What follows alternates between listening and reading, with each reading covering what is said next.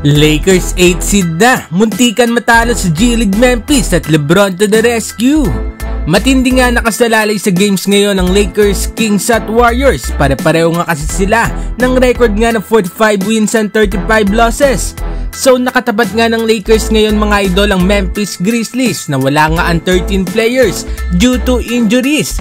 Kaya expected nga na magiging madali lang ang laban nga na ito para sa Lakers. So first quarter mga idol, back-to-back threes for Austin Reeves. Dikitan nga ang panimula ng first quarter mga idol. Gandang no-look pass naman ni AR kay LeBron para nga sa easy layup. 7 minutes pinaglaruan ni LeBron ang bantay, crossover, sabay jelly layup. Natapos nga ang first quarter, Lakers up by 8, 34-26. Second quarter naman mga idol, gandang slam dunk para kay LeBron James. At next play, binuli lang naman ni LeBron ang depensa ng player na ito. Lakers up by 9, 39-30. 9-minute mark naman, nakapukol naman sa fast break ng tres si Taurean Prince. Angat tuloy sa 12 points ang abante ng Lakers, 44-32. 7-minute mark, gumawa ng 9-0 run ng Memphis para ibaba sa 4 points ang lamang ng Lakers, 50-46. Last minute, nagpakitang gilas ang former Laker na si Pippen Jr. sa kanyang highlight dunk. Sumabay pa nga itong si Rui mga idol. Natapos nga ang first half, lamang pa rin ng Lakers, 68-64. Third quarter naman mga idol, back-to-back 3-pointer para nga dito kay Scottie Pippen Jr. para ibigay nga sa Memphis ang kalamangan, 72-71. 6-minute mark, 8 points na ang lamang ng Memphis sa tres nga na ito, 82-77. 2 minutes baba nga sa 3 points ang inahabol ng Lakers sa tres ni LeBron, 93-90.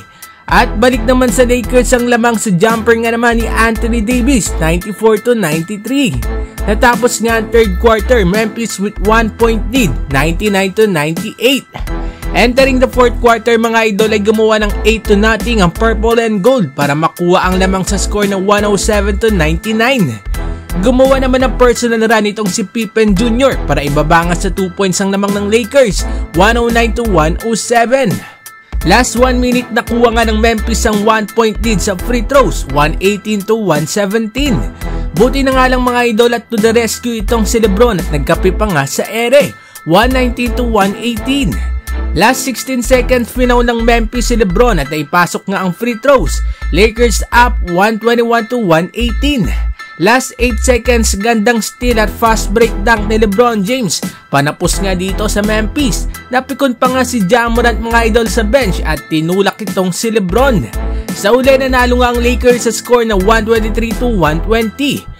Kahit nanalo nga dito ang Lakers mga idol ay hindi nga ito maganda dahil expected nga na magiging madali ito pero naging mahirap. Angat nga na sa 8 seed ang Lakers mga idol with 46 wins and 35 losses. Nasa 9 seed naman ang Kings matapos talunin ng Suns kanina at number 10 naman ang Warriors matapos nga ring talunin ng Pelicans.